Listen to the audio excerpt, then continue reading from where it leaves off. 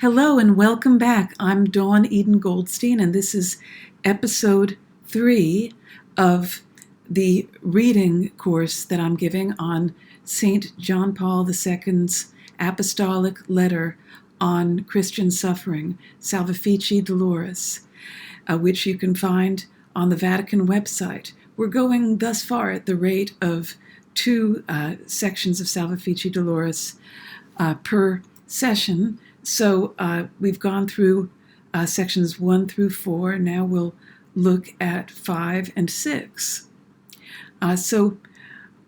Tonight we are looking at, I say tonight, I'm a night person. I record these at night. We're beginning with the section that comes under the heading, The World of Human Suffering. Oh, and I forgot to mention before we begin that if you've missed any episodes, you can find a playlist with all the episodes on my blog, which is dawneden.blogspot.com. That's DAWNEDEN.blogspot.com. And I also post new episodes on my public Facebook page and also on my Twitter feed, which is at Dawn of Mercy.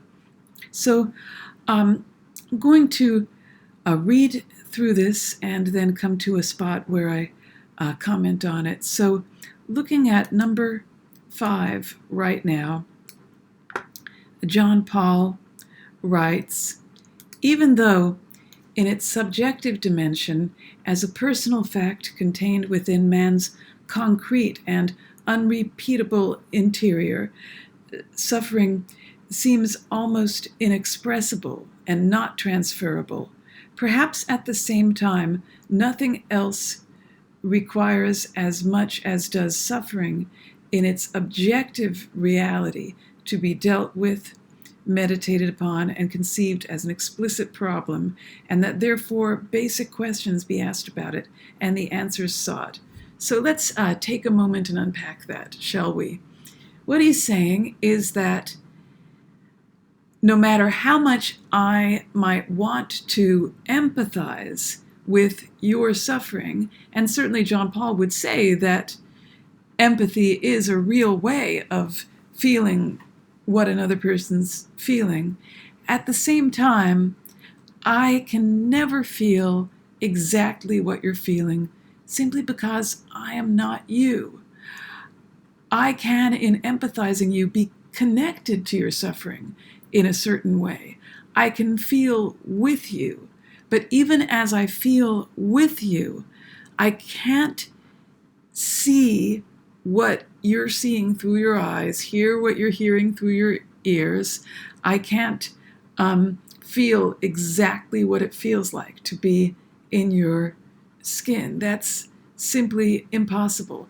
And I don't have all your memories from your perspective. So if you're suffering psychologically, I can reach into my own memory and think of something from my memory that made me feel the way that I imagine you must feel. But even my mental experiences of suffering, because of lacking your memories, your perspective, they won't be the same as yours. So that's what John Paul is saying here. He's saying that subjectively, every person's suffering is unique and unrepeatable.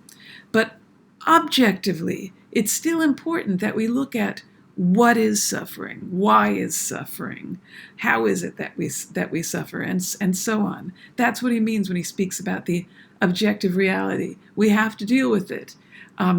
Just simplest example of a doctor. I'm a survivor of thyroid cancer, and the doctor who treated me may not have actually had thyroid cancer, but he had an idea of what this kind of suffering was, so that even if he hadn't experienced it, he could treat it. Likewise, it's important that we objectively look at suffering from the outside, so that we can better understand what it means on the inside.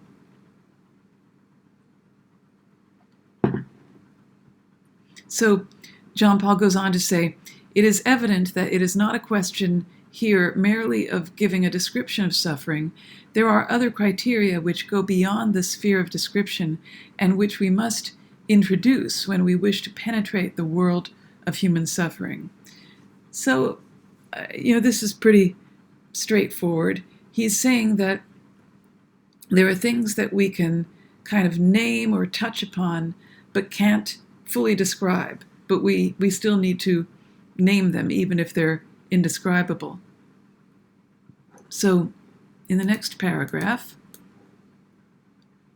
he begins. I'm going to probably read a bit here of this paragraph before commenting on it.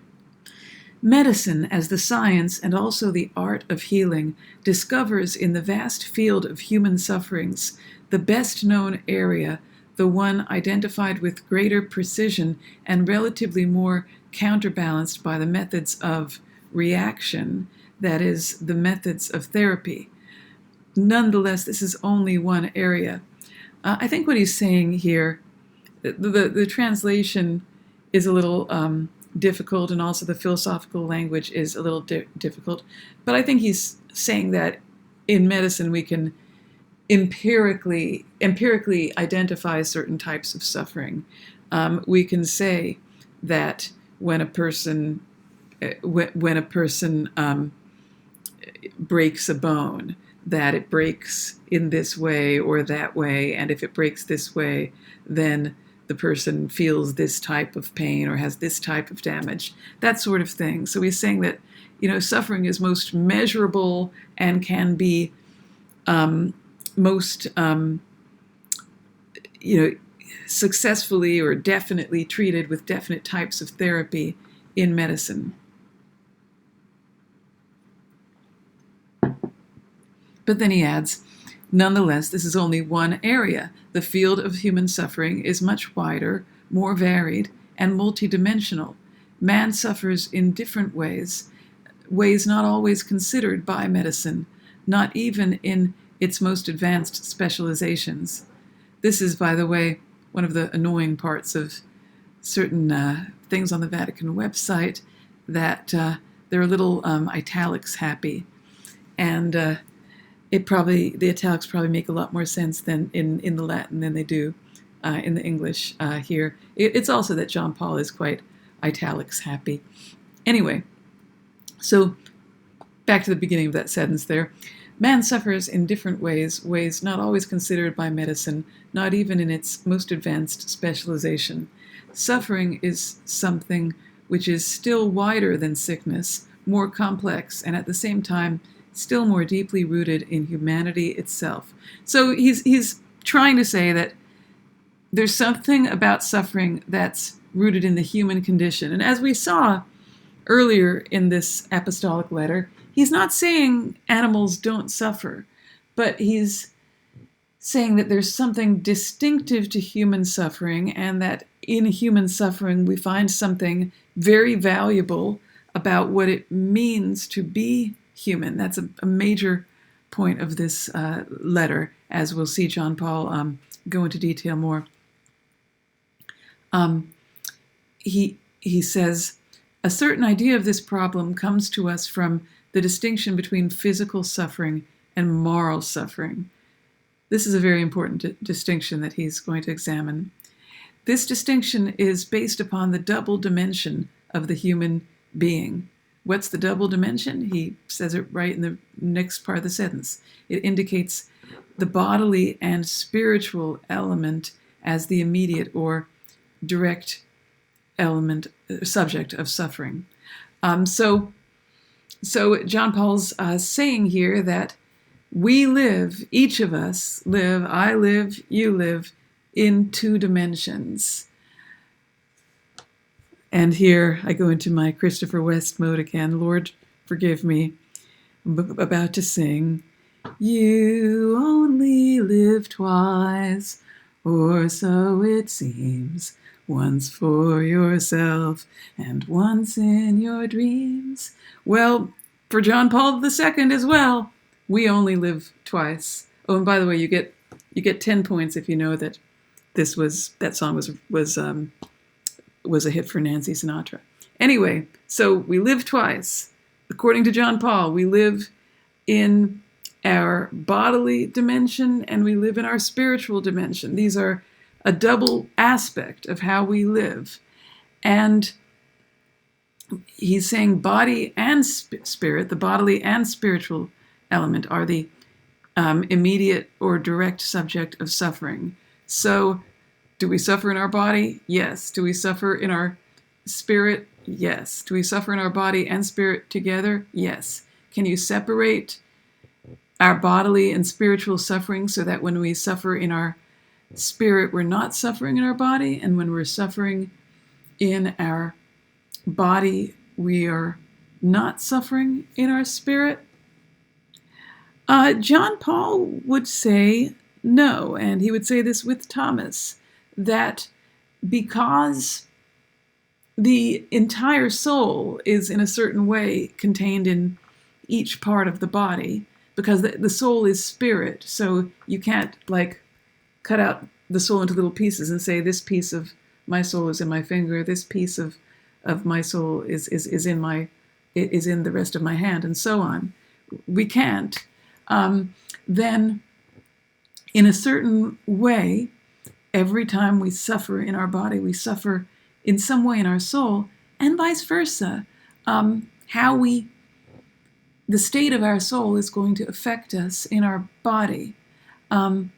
It doesn't mean that that if we have a sinful soul, that necessarily our bodily ailments, our bodily illnesses are caused by sin. Catholics are not Christian Scientists, and that's an important thing to remember. But it does mean that if we have sin in our soul, then we're going to experience life in its physical dimension in a different way than we would if we didn't have sin. It doesn't mean, as Father John Carchi used to say, the rector at Mundelein, don't hear what I'm not saying. I'm not saying that if I have sin on my soul, that it's going to give me a particular illness. I'm just saying that if I have any kind of sin on my soul, it'll affect my experience of what it means to be a person, and as a person, I can only be a person in this body. So my bodily experience is affected by sin, and it's affected not only by sin, but by anything that's on my soul. It's affected by a memory that I have. It's affected by my love for a particular person, or my desire to eat that Trader Joe's dark chocolate bar that's in my cupboard calling my name. All these things that are, desires, experiences of the soul, states of the soul, affect us in our whole person, including our body.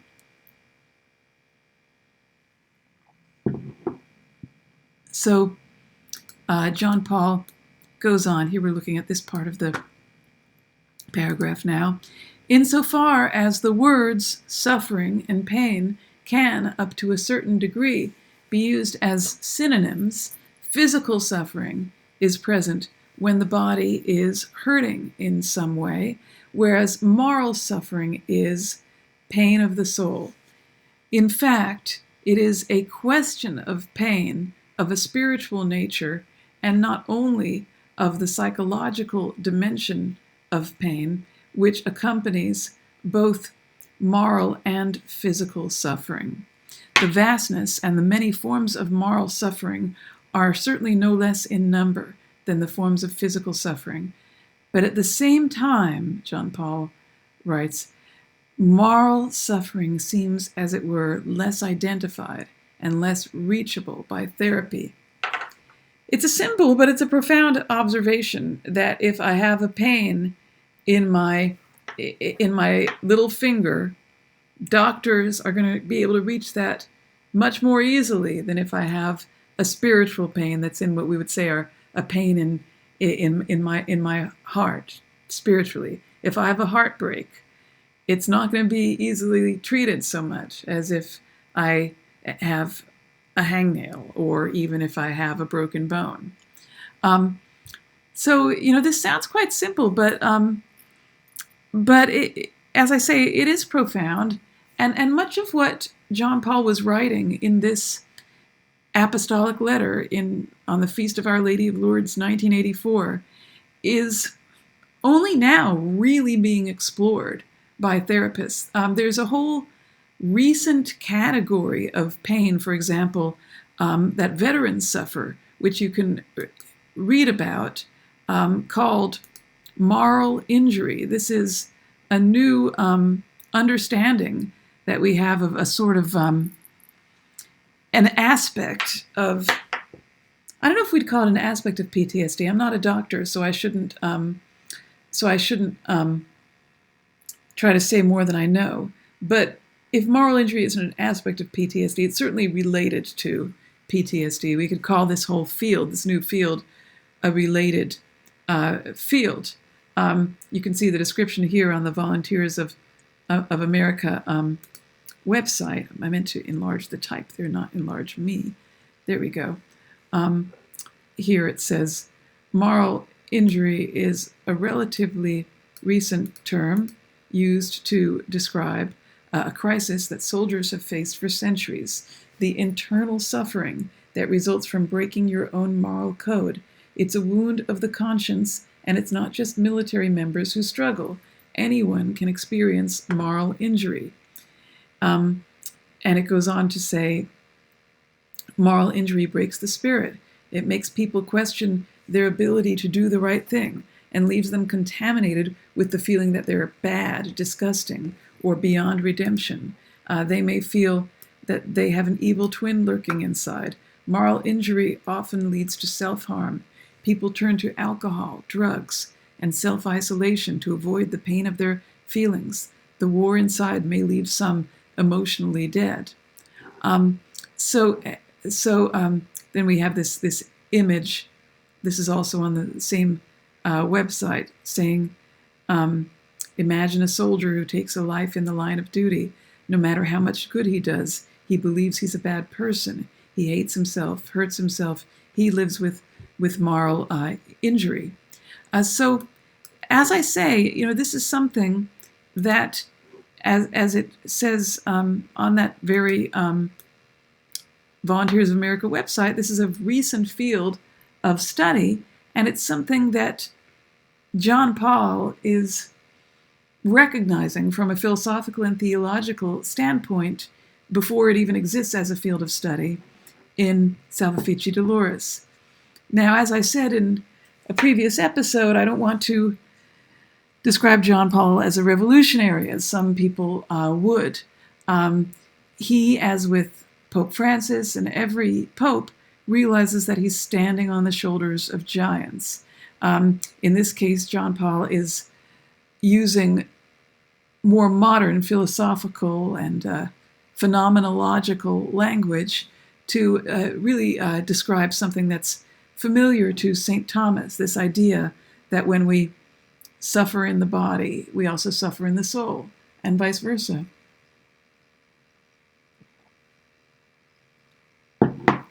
So if you're interested in where you would find this in Thomas, there are a number of places. I don't want to go too much into detail with them, about them in this episode. Perhaps if people ask in the comments, I might go into more detail about them. But for now, I'll just point you to this one question in the Summa, which is in the, looking at the New Advent website here. I'm going to just scroll up to the top here. So it's the third part of the Summa, and it's question 46, the Passion of Christ, and Article 7, did his entire soul suffer? So the question is whether Christ suffered in his whole soul. These objections, it's important to know when you read the Summa that these objections that you see are not Thomas's opinion. They're usually opinions that were really put forth by theologians or philosophers, and they're almost always wrong opinions that Thomas seeks to counter. Often, too, they're opinions that aren't completely wrong, but are wrong in some aspect that Thomas wishes to correct. So what he's trying to correct is this idea. You see this, what he's trying to correct in the first objection, where it says, it would seem that Christ did not suffer in his whole soul.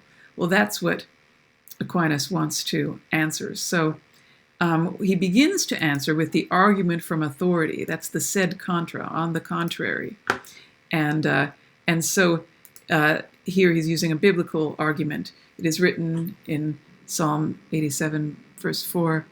That might be, by the way, the Septuagint numbering. I think the numbering in your Bible might be Psalm 88. It is written on behalf of Christ, my soul is filled with evils, upon which the gloss adds, not with vices, but with woes, whereby the soul suffers with the flesh. It goes on saying, therefore, Christ suffered in his entire soul. Now, then we come to, I answer that, the respondeo, which is Aquinas' own answer in his own words. His bottom line here is that even though Jesus had the beatific vision, so in the highest part of his thoughts, he always had the vision of God and couldn't suffer in the aspect in which he had the beatific vision.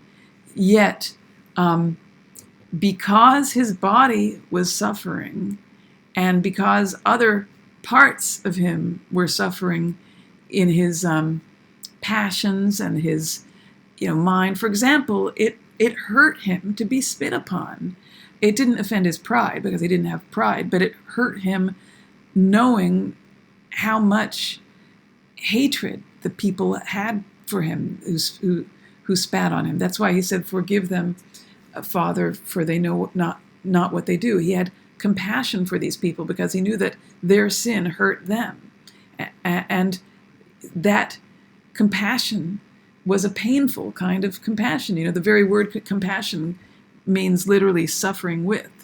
So anyway, going back to Thomas's conclusion, he's saying that because Christ did suffer in his body and in his mind, we say, even though he had the beatific vision, that his entire soul suffered. Because, as I said earlier, you can't carve out the soul and say, well, there's this part of my soul that's in my will, there's this part of my soul that's in my intellect, there's this part of my soul that's in my left thumb. I know it looks like my right thumb, but it's really my left thumb because the picture's flipped.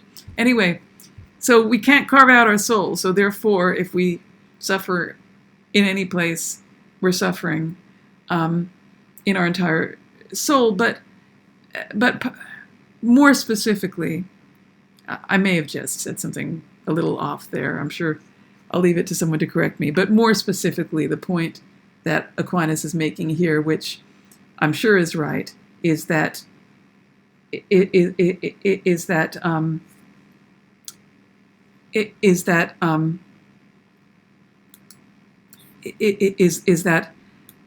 essence of the soul is in both the body and the soul. The essence being the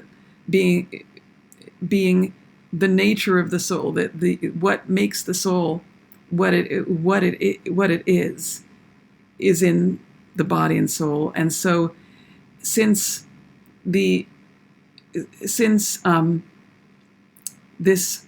essence of the soul is in the body, it suffers entirely when the body suffers. So I think what I said earlier was correct. Aquinas is too hard. Let's get back to John Paul. Let's get back to the easiness, the relative ease of John Paul compared to Aquinas. Ha ha ha. I actually discovered it's usually the opposite when I was writing about both John Paul and Aquinas for my STL thesis. Anyway, let's get to number 6, shall we? And then we'll call it an episode. John Paul writes, "Sacred Scripture is a great book about suffering."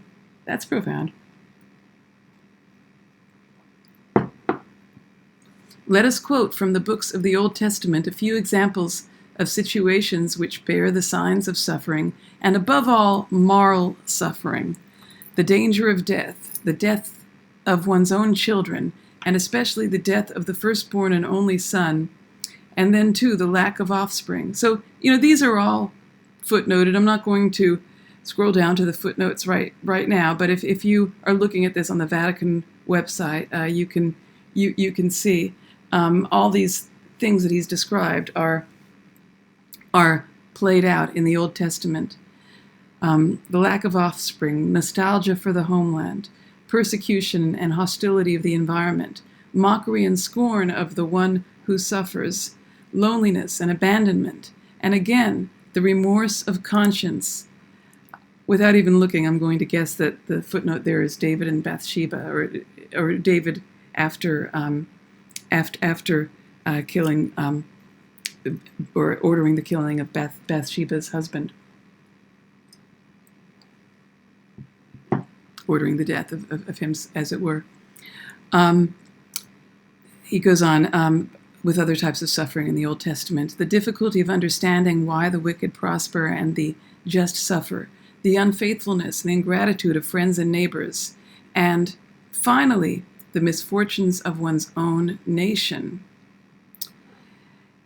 And he goes on, in treating the human person as a psychological and physical whole, the Old Testament often links moral sufferings with the pain of specific parts of the body, the bones, kidneys, livers, viscera, heart. In fact, one cannot deny that moral sufferings have a physical or somatic element, and that they are often reflected in the state of the entire organism. Here again, John Paul he's drawing upon psychology as well as philosophy as he does his exegesis, his exploration of the Old Testament. But he's also, in some way, as I mentioned earlier with moral injury, he's presaging developments in psychology, which you can find easily if you study how psychology is recognizing that moral sufferings have an effect on our physical state. A particular area where this is being found is PTSD in general, and how actually I'll show you where this is really being studied. If you look up adverse childhood experiences, what you find, this is on the CDC's website, that adverse childhood experiences, or ACEs, have a tremendous impact on future violence, victimization, and perpetration, and lifelong health and opportunity. So you can explore this on your own time, but adverse childhood experiences include experiencing violence or abuse, witnessing violence in the home or community, having a family member attempt or die by suicide, and instability due to parental separation or household members being in jail or prison. So these are not necessarily physical things that happen to a child. Parental separation, a child's parents could divorce or separate, and the child might not suffer physical violence or want, but these ACEs are nonetheless linked to chronic health problems, mental illness, and substance misuse in adulthood. So this is as I said, a relatively recent field of research that John Paul is, again, in a certain sense, presaging, although he's drawing upon the wisdom not only of Aquinas, but also of the Desert Fathers, Church Fathers, and many, many others who have come before him. I want to point out one other thing here, which is important, where John Paul says, in fact, one cannot deny that moral sufferings have a physical or somatic element, and that they are often reflected in the state of the entire organism. With that, I'd like to direct you to the Big Book. So, the Big Book is the book that is the Bible, so to speak, of Alcoholics Anonymous.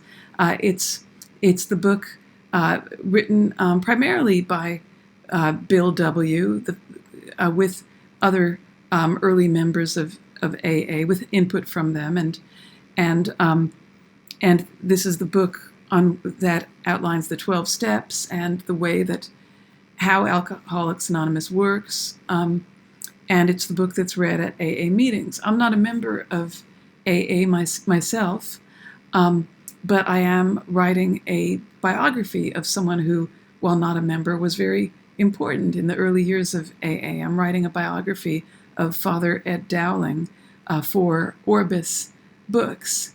And so I'm very interested in studying AA right now. And in chapter 4 of the Big Book, which is what we're looking at here,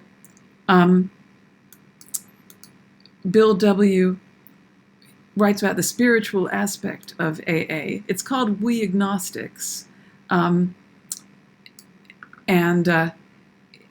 agnostic has a particular meaning in AA, a bit different from what we might call agnostic in ordinary conversation. As I understand it, and someone in AA can correct me because I'm still studying this, but as I understand it, agnostic here doesn't mean that we necessarily don't know whether God exists or not.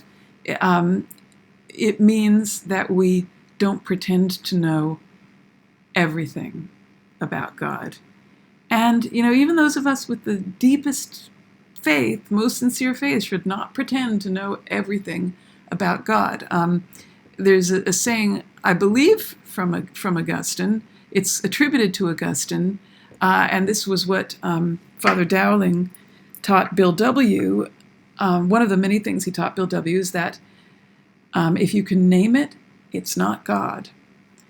And Bill W. wrote this before learning that expression of Augustine's, but this passage is, or this book, the message of this Big Book is very much compatible with that observation.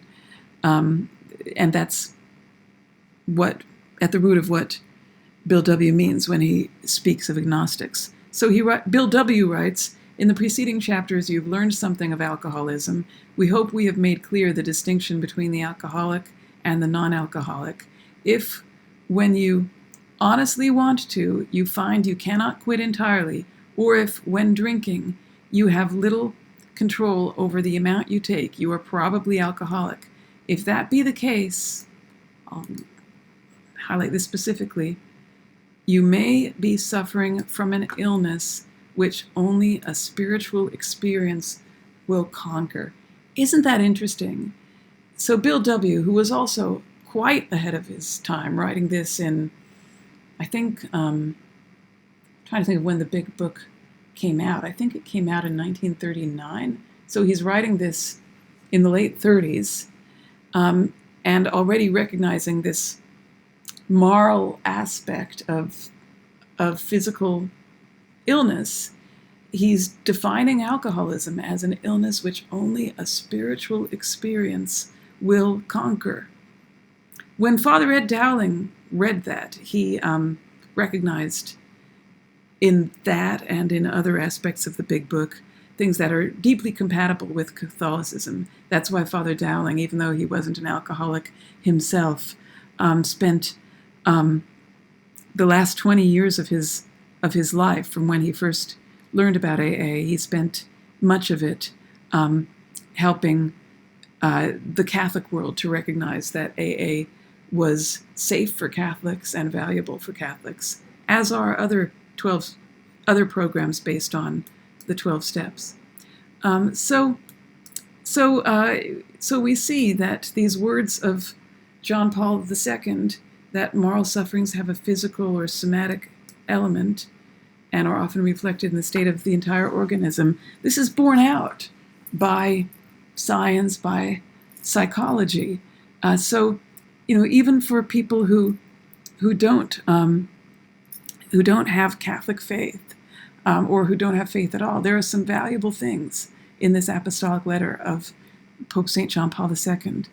So let's see what 7 and 8 look like. 7 and 8 are quite long, but we may be able to get through all of them next time. Let's try anyway, reading and reflecting on them before the next episode. I'm trying to make these every day, so please pray for me. I pray for you.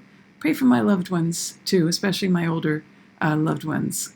And I pray for you and yours as well, commending them all to, and you all, to the Sacred Heart of Jesus through the Immaculate Heart of Mary. Amen. So God bless you, and see you next time.